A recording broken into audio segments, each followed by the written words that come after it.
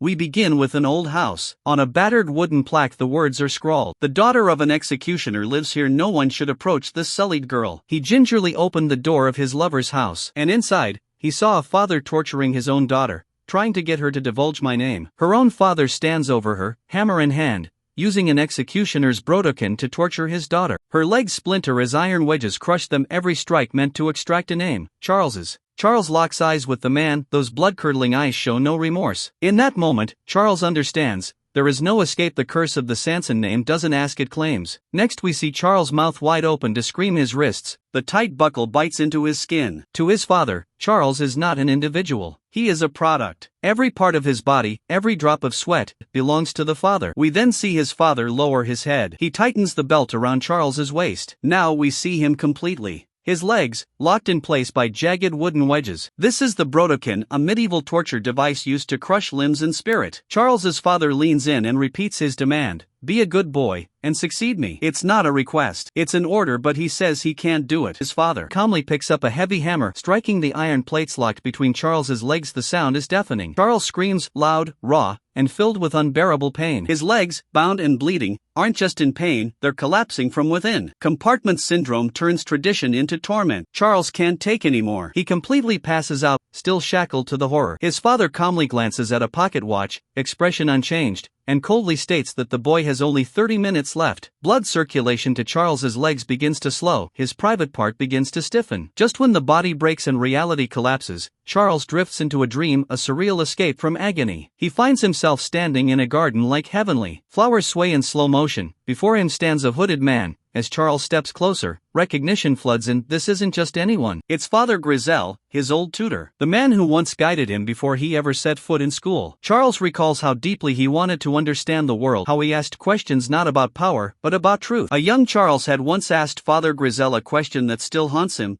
Is it a sin to kill sinners? The priest's response was soft. He said that only God has the right to judge. And just as that memory fades, we drift back to the dream garden. Charles running naked through a peaceful field alongside animals. A strange wind begins to stir. The world around him starts to dissolve. Then, through the roaring chaos, a horrifying figure appears. Father Grisel. The flames tear through Grisel's body, reducing him to bone and ashes. In the final moments, his eyes widen in terror. Then, through the flames, a voice cries out, calling his name with desperation, Charles, open your eyes. A figure reaches toward him from the fire, pleading with him to return to reality. And now, at the edge of the blaze, he must decide whether to wake up, or be consumed completely. Charles slowly awakens from unconsciousness. For a fleeting moment, he hopes it was all a nightmare. As Charles blinks through tears, his father reminds him that this suffering cannot be avoided. Being a Sanson means living in society's shadows, cast aside by the very people they serve. There is no room for escape, not even in the unconsciousness Charles briefly slipped into. His father's words are not meant to comfort,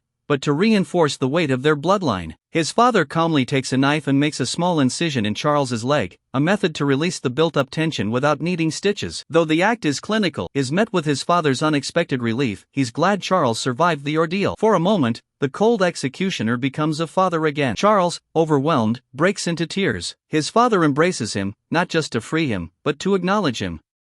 In that moment, the weight of duty, pain, and unspoken love settles between them, while the broken device nearby silently marks the end of one trial, and the beginning of another. Charles stands alone on a vast, empty plain beneath a sky swollen with clouds. In his hand rests the executioner's sword, engraved with the name Justice, a symbol of the role he has now fully inherited. The wind pulls at his coat, but he remains steady, facing the open horizon. His tears flow quietly, not just from pain, but from the weight of acceptance. No words are spoken, yet everything is understood. He is no longer a boy resisting his fate. He is the next Sanson, shaped by suffering, carrying forward the legacy of death in the name of order. The scene shifts to a bedroom, where a young boy has tightly bound a doll with thick ropes, the figure lying stiff in its ornate dress. The doll's expression is blank, almost eerily serene, as if it has accepted its fate.